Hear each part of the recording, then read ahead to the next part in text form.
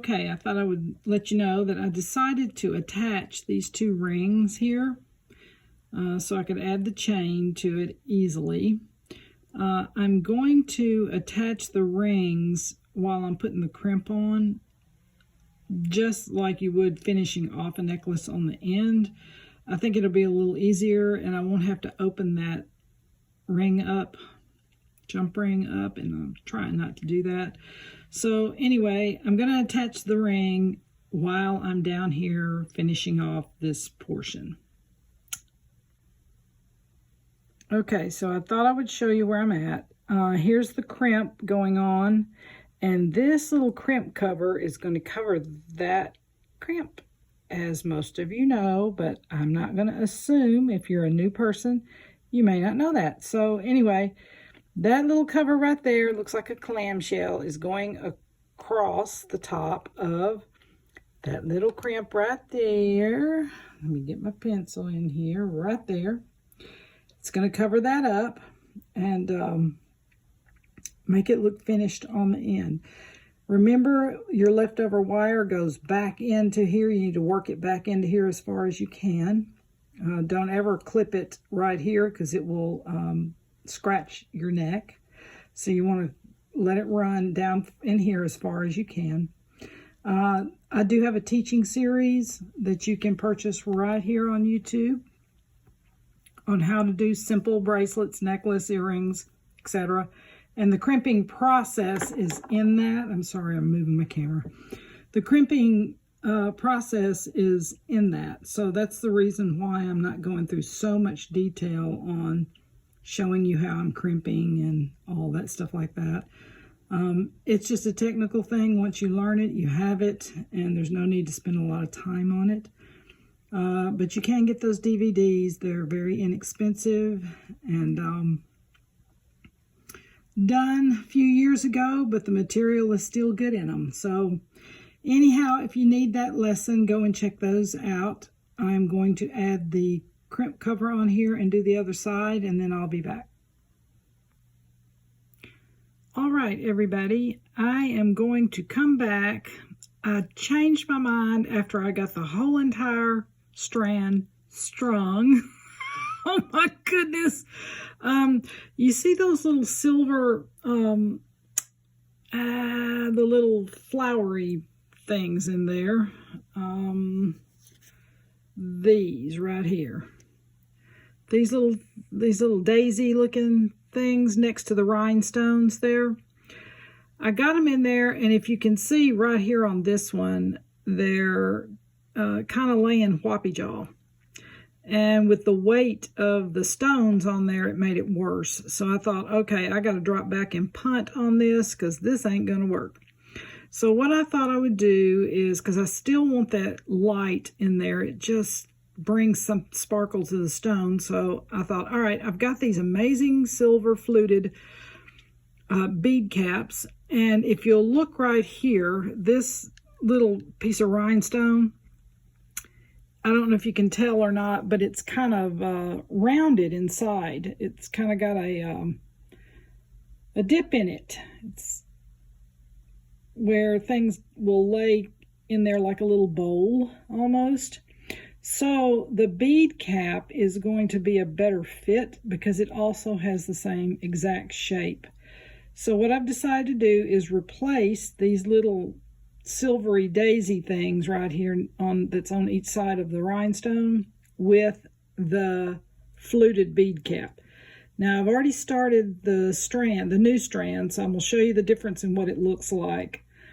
And you know what? Sometimes ideas just don't work and you have to start over and reconfigure. It's not a big deal on this one because the strand is so short. But had it been a super long strand, it would have been a pain in the wazoo to redo. But anyhow, so this is what the new one looks like. You can see the little slivers of the flutes of the bead caps in there. Let me see if I can.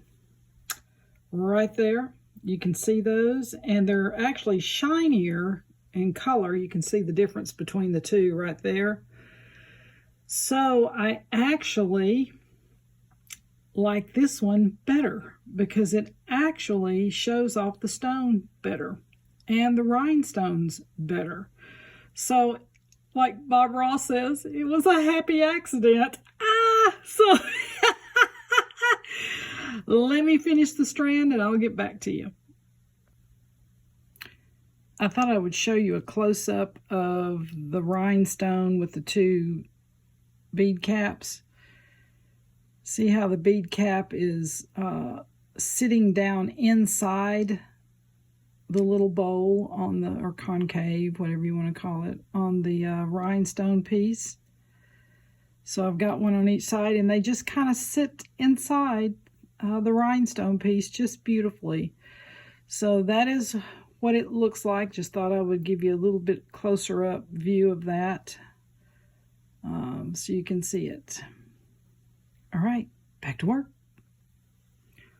All right, I've got the whole thing restrung, and it looks so much more beautiful actually than it did before, so it was a happy accident.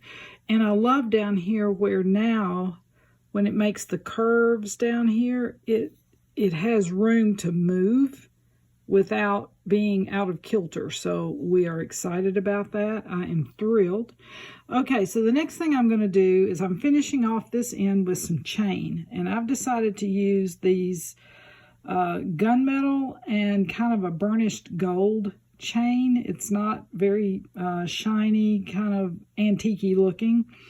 And I am going to put 4 pieces of chain on each side of the necklace. So I'll have a total of 8 to give it some thickness so it will, you know, blend well with the size of this. So I'm going to do 4 of these, 2 of the gunmetal and 2 of the gold.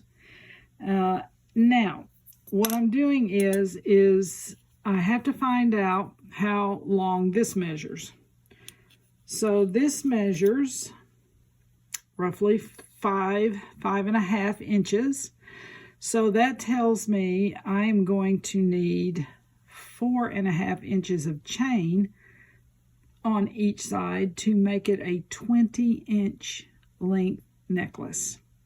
So when you're measuring necklaces, and I know I'm probably talking to the choir right now, but I can't assume, but you measure the necklace like I've got it laid out here, and then you double that. So to get the length, just so you will know. So if somebody goes, well, it's only 8 inches long. No, it's 16. You've got 8 inches on both sides of the necklace. So anyway, that's how you measure a necklace for length, if you're curious to know. So anyway, I don't always do things orthodox. So my little piece of leather right here that I've got a pin in it here. You can see, and I've got it held down here by my little clip. I've got it stuck in the leather so that I can hold the chain and pull it tight, and I can pull that chain tight out like that. And then I'm going to measure from the pin right there. I am going to measure 4.5 inches, and look at that.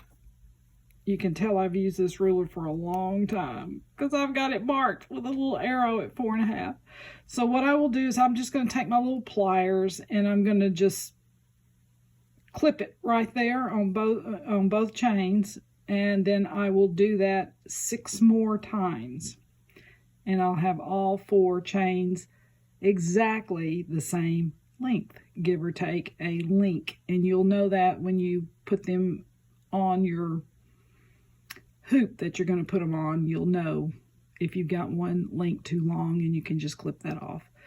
But anyway, I'm going to clip it again right here with my pliers, and I'm going to use these pliers to clip it.